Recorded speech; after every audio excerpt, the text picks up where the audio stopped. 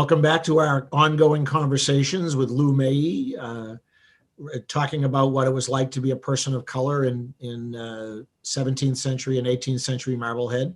And I think we wanted to go back and talk about abolitionists. No, I'm sorry, the Underground Railroad, but we start a little earlier than that, right, Lou? And we're back at the Declaration of Independence a little bit, and go from there. So I'll let you go.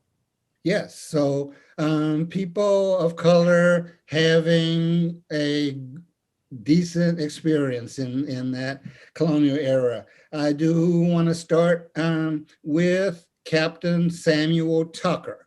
In a previous segment, we talked about people who were local, wealthy enough to have slaves, and Captain Samuel Tucker is a prominent person, and he did have enslaved people.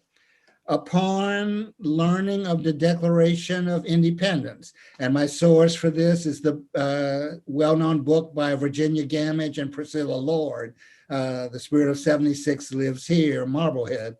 They write that Captain Samuel Tucker, upon thinking about the concepts of the Declaration of Independence, made the decision there in the late 1770s that he was going to give freedom to the people he had enslaved. And so he did this. And those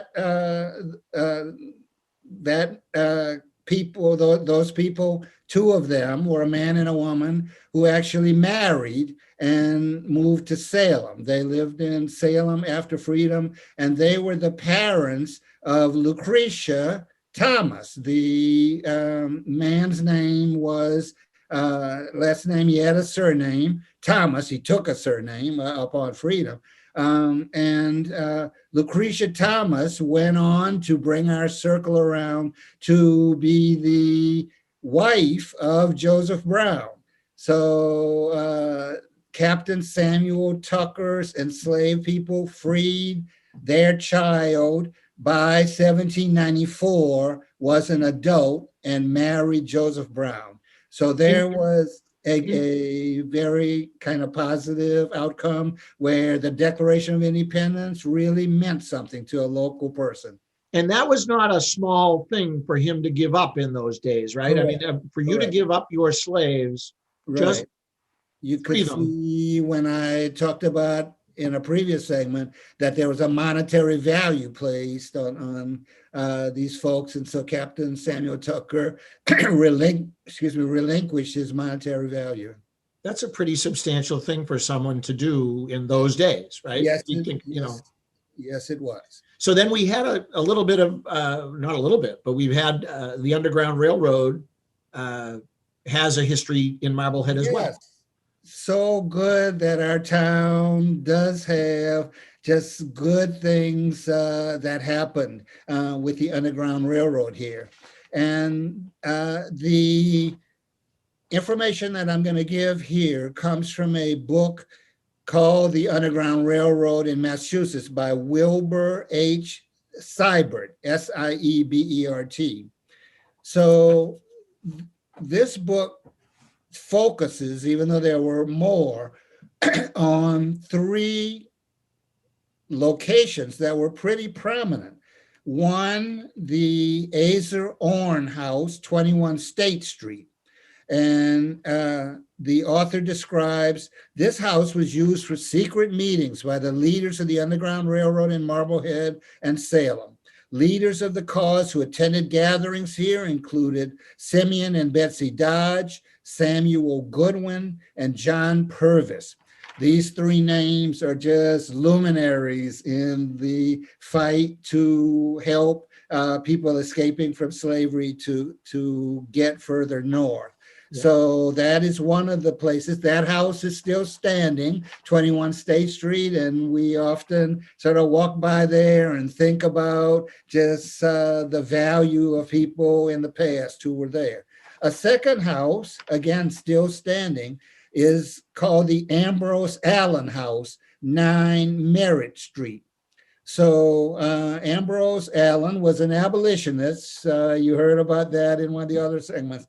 and was one of 6 residents of Marblehead who voted for candidates of the Liberty Party in 1844. So that's an idea of how few people there were supporting this. They got 6 votes for this party that apparently was abolitionist. Yeah. But Ambrose Allen just has a fascinating and wonderful kind of role in helping people to escape. And a third known property, very well documented, is the Simeon and Betsy Dodge House, 236 Washington Street.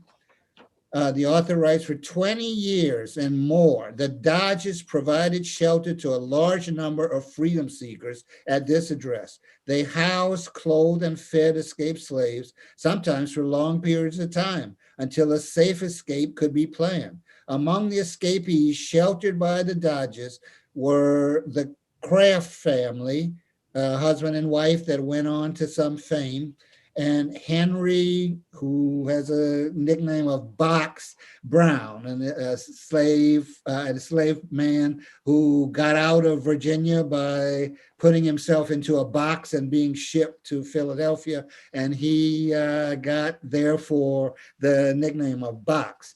But I also wanted to mention another author, Anya Seton, who in the 1940s wrote a novel, a historical novel about Marblehead, entitled The Hearth and the Eagle. This was the name of the fictional inn that she placed on Franklin Street, and that house is still standing from long ago.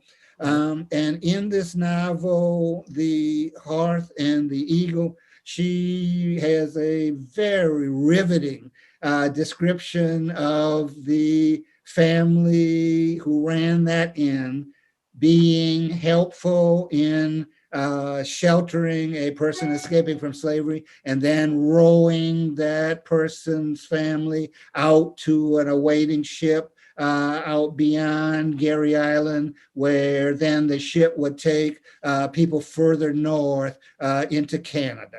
So there's some just really uplifting ways, both in fiction and in real life, where Marbleheaders spoke up and acted to aid people of color in their quest for freedom.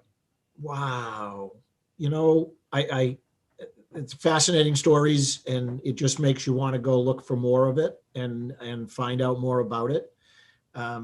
So Lou, I want to thank you so much for just having these little conversations with me. And we hope that these little tidbits have gotten you interested enough that you'd want to go find out more about it. We have a very long history in this town. Some of it is lesser known than others, and I think it's important to understand all of our history, and that's what this has been about. So we hope you've enjoyed it, and thanks again, Lou.